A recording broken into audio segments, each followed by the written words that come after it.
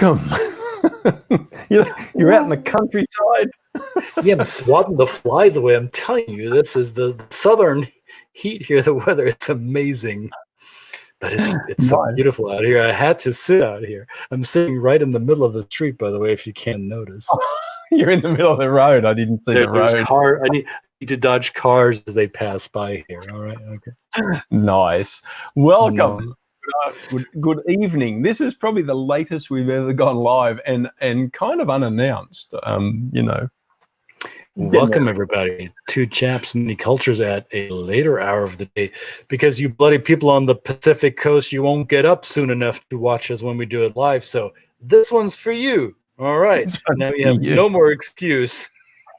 and of course, if you're in the more Australian regions or Chinese or Asian regions, then you're awake too. So we welcome to you if you're watching live. Which reminds me, Brett, let's not forget, I'm going to announce this here, but I have an Australian friend that you don't know yet. There's an Aussie that you haven't met yet who wants to be on our show. And I guess we'll have to do it around this hour so we can catch him on Sydney time. Just I don't know. Every time somebody hears my accent, they say, "Oh, I've got an Australian friend. Do you know them?" I went, "Yeah, well, of course. Of course, you know every Australian. There's only 25 million of us." Right. And I found one that you don't know yet. So be surprised. Be very surprised. You did. Absolutely. Which happens. And this is a bit of an impromptu episode. We had some plans. They fell through, and we're going to adjust, and we're going to adapt, and we're going to go forward. And here we are. In the middle of the road. On the road. In the middle of the road. Very good. Fly away. So surprisingly wonderful sound without the sound of maybe we should have put some backtrack in there, a little bit of cricket or something like that. Chirping, and the occasional roadside toad with Robert. Right. Yeah, absolutely. Well, welcome everybody. Yes, it's the end of a long day, and we knew this was going to come up at the start of this project. We're at the 44th episode, just quietly, and it's taken 44 episodes to get to a point where we had to turn up late in the day because we both had commitments work commitments, training commitments during the day. And so it was a great day, very productive. We got a lot of stuff done, but this is our last thing. I think for me, no, actually, it's not the last thing off for this. Because we work in the global setting, we have clients all around the world. That's the thing. Despite all the other commitments, we're still here. That's how devoted and dedicated we are to you, global people. There you go. That's right. Aren't we great? Aren't we great? Yeah, we're good at patting ourselves on the back and encouraging, but showing what there's a fly. Okay, good. All right. It's still there. It's smooched. It's the blood and everything. So no worries. Never mind. So, which brings me to one of my commitments today was wonderful discussion with a budding interculturalist who had reached out, and I love these conversations because they're usually very, very positive. Actually, I don't think I've had a bad one. And somebody reaches out and says, I'm really interested in this in this whole topic, and how do I get to do what you do, right? And so it usually starts with a spark, something that they're doing already with an existing job. In today's case, it was. They're working with international students, but then they see in the workings of doing that this wonderful experience of seeing what culture does, how it represents itself in young people, I guess, and but how can you translate that into business? So it was a very good conversation, and it brought to mind the many discussions we have about what does it take to be an interculturalist. Do you need certification? That question came up, which we've covered. We should have checked what episode that was. We covered that. Do you need certifications? Do you need to be certified in assessments and things like that? So we talked through that.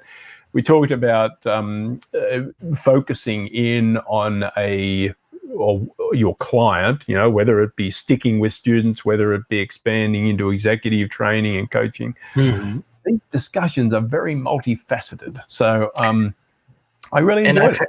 I've had a few of those lately as well. And maybe it's And I've talked to my coach about it today. I had my coaching call with my coach, and I mentioned this to him as well. I talked to my wife about it, talked to you about it, and I've been getting these I've been having these conversations more frequently now.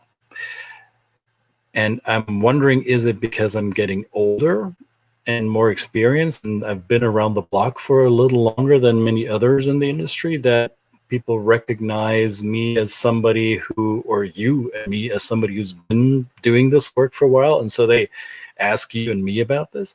Is it that we're being relentless in putting out daily videos on every weekday, that we're present on social media, and we just pound in the message that we're the two chaps for the many cultures? I think it's a mixture of all of these, and I was reminded of what my teachers kept telling me over the years. It's the trifecta of getting good at something: is you learn, you do, and you teach. So learn, do, teach, and that's a cycle. So I've learned to do this, and I've continued to learn, and then at some point I started doing it, and I continued doing it. So now I think we're entering the phase where we start teaching it as well. Not teaching it as to our clients, students in quotation marks. Maybe now is a time for us, experienced practitioners in the field, to pass on the legacy, basically, of the work that we do, to pass on the baton to a younger generation of interculturalists who goes about this from a different starting point than we did. I remember when I started this work, I was very innocent about this, ignorant and innocent, yet curious, but with very little preconceived context. And I think the millennials and generation Zs that are approaching me about how do I do what you do, they come primed. They come with more information, more experience to this field than I had when I began. So that's why I find these conversations to be very engaging and interesting, and it triggered in me this desire to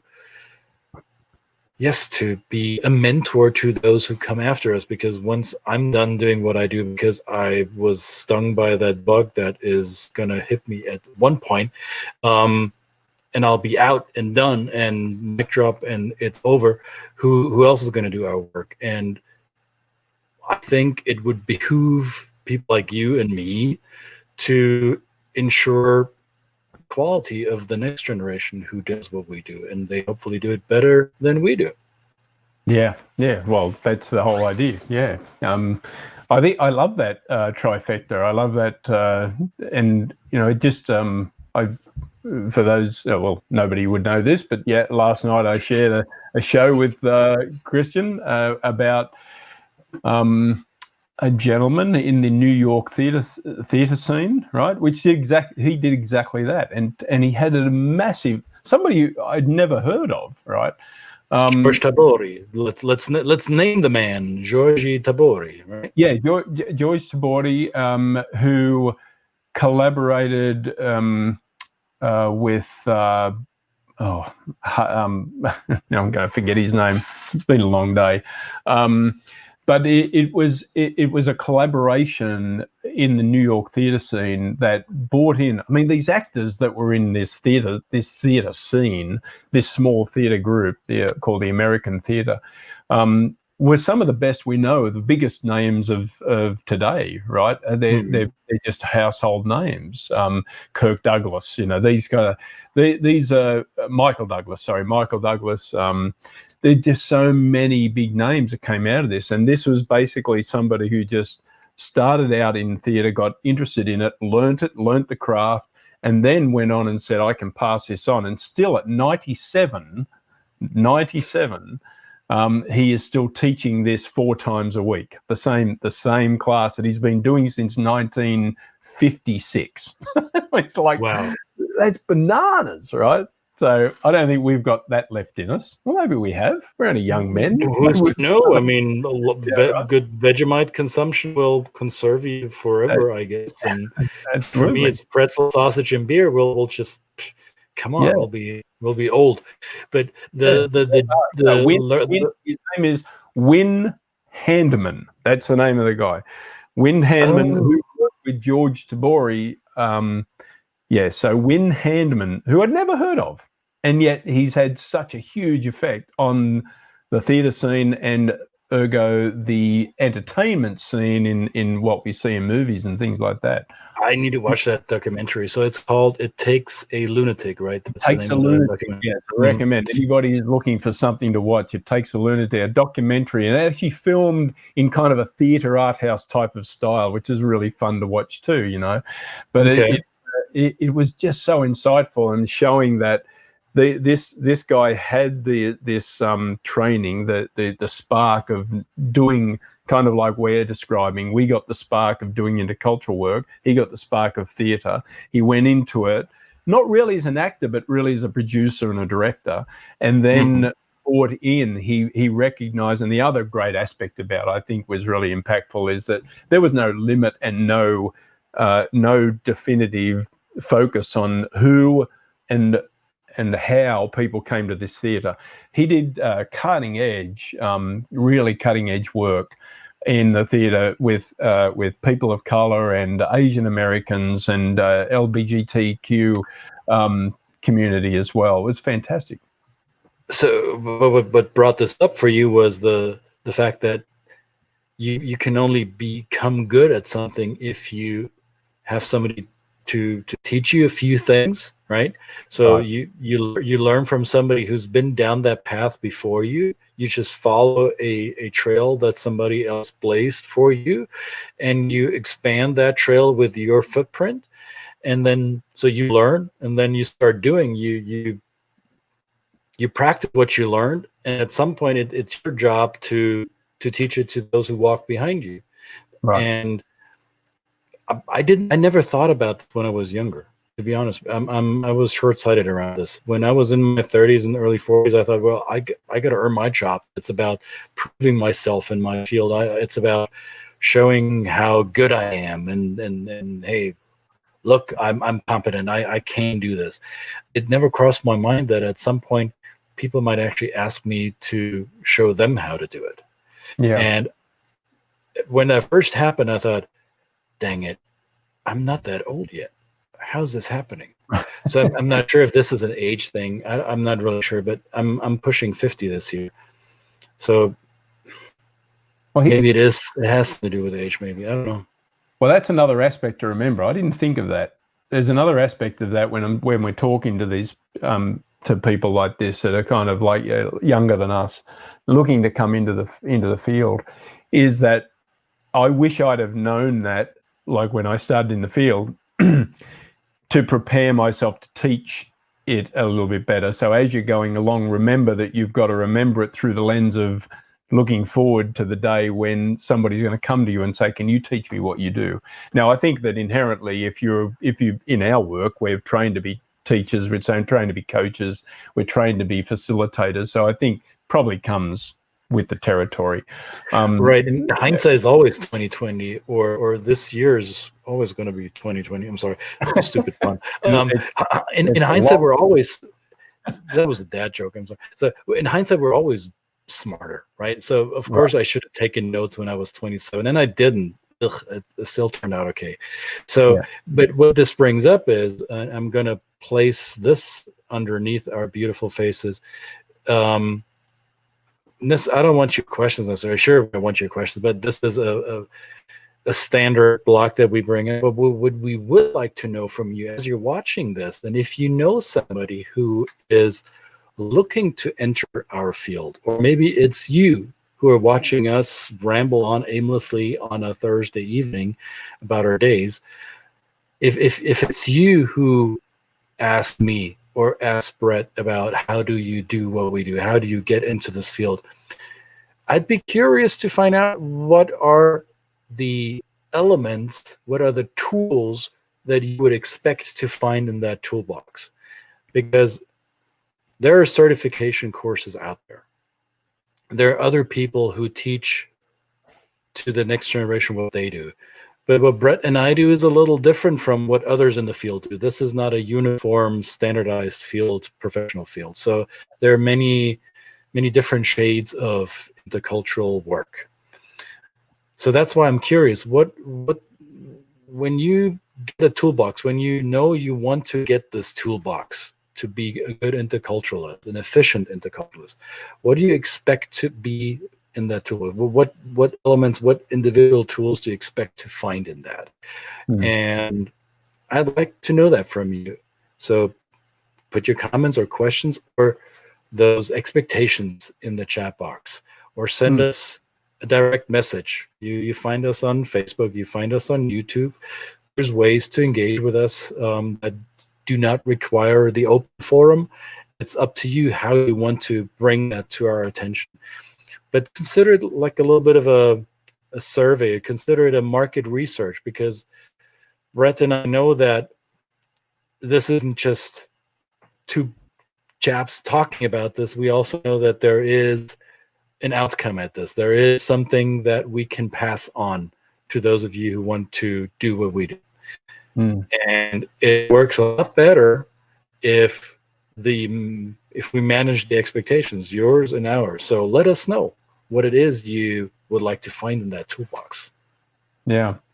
I found one of the sayings that this Win Handman quoted. He said, I've always believed, he said, it sounds strange. He said, I wouldn't normally quote a communist, but he said, Trotsky said, you only die if you fail to live on in others.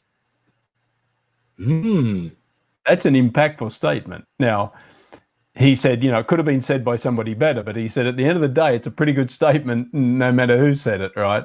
You only die if you fail to live on in others. And that's what his philosophy was. It was constant sharing, giving, passing on, right? Thinking. And he who has the most toys will not be able to take them to the grave, right? So if we accumulate all this experience, knowledge, maybe some wisdom here and there, if we take that to our graves without passing it on, what good did it do? It served us, and that would be quite egotistical. Egotistic, what's the word? It would be egotistical. Yes, right.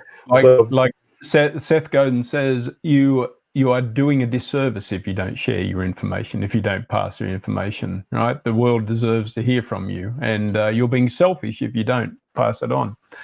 And by the way, the tools that we get to play with are fun. It's like, I'm not saying other jobs aren't fun, but the tools we get to play with, they're pretty cool. They're fun. It's like, it's like having a boat, but just a lot cheaper. Power tools. Yeah, and you won't very very fast tools like this Ferrari is very fast. See all the props I have here. Power tools. All I've got is a whale. A whale. I've got a double whale. Can you hear the bell ringing? The bell is ringing for you to become certified. Cowbell. More cowbell, please. We need more cowbell. See, this new studio is awesome. However, if you don't call us, we can't pick up the phone for that. So. Oh man, I love this. There's a whole generation that just looked at that and said, "What was he doing there?" What is that? This is okay, guys. You don't know what this is. This is a rotary phone where you dial in. How do you take a selfie with that? I don't know. You hold this up and hit your head with it. I don't know how this works. Oh, enough of this. That's good fun. It's good fun. We knew this was going to happen. This was great. This is what impromptu episodes are. This guy is on 2 hours of sleep, and you wonder why I'm mad. All right. Absolutely. Well, thank you. Well, we're serious about this. So yeah. Brett and I are bringing up this topic to your attention because there is something bubbling inside of us, and in our field, we were being approached by some of you. So in order to make this the best possible solution that Brett and I can dream up, we want your input. Otherwise, you'll just get what we dream up. And if you tell us what you want, what you really, really want, we might be able to design something around exactly those needs.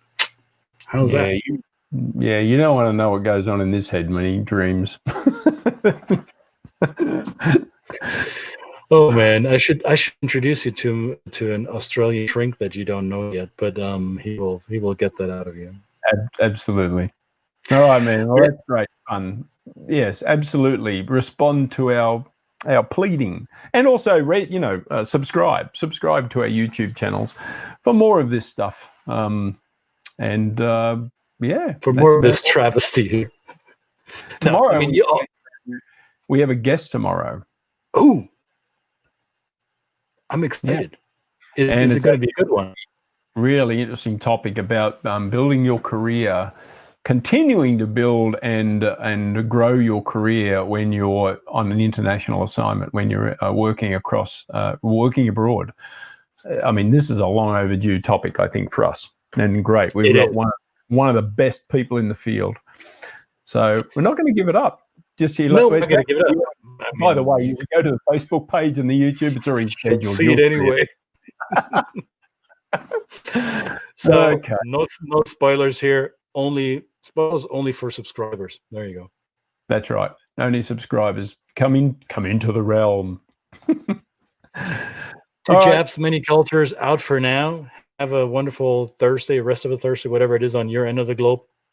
It might already be Friday where you are, and good on you. Right. All right. It is. The world will never end today because it's always tomorrow in Australia. By the way. Ooh, that was deep. That's deep. See, you didn't know I was going to lay that on you, did you? There's a kangaroo hopping over right there, and see the emu running by. The emu. Right. Okay. Okay. Two Chaps are out. See you tomorrow, guys. Bye.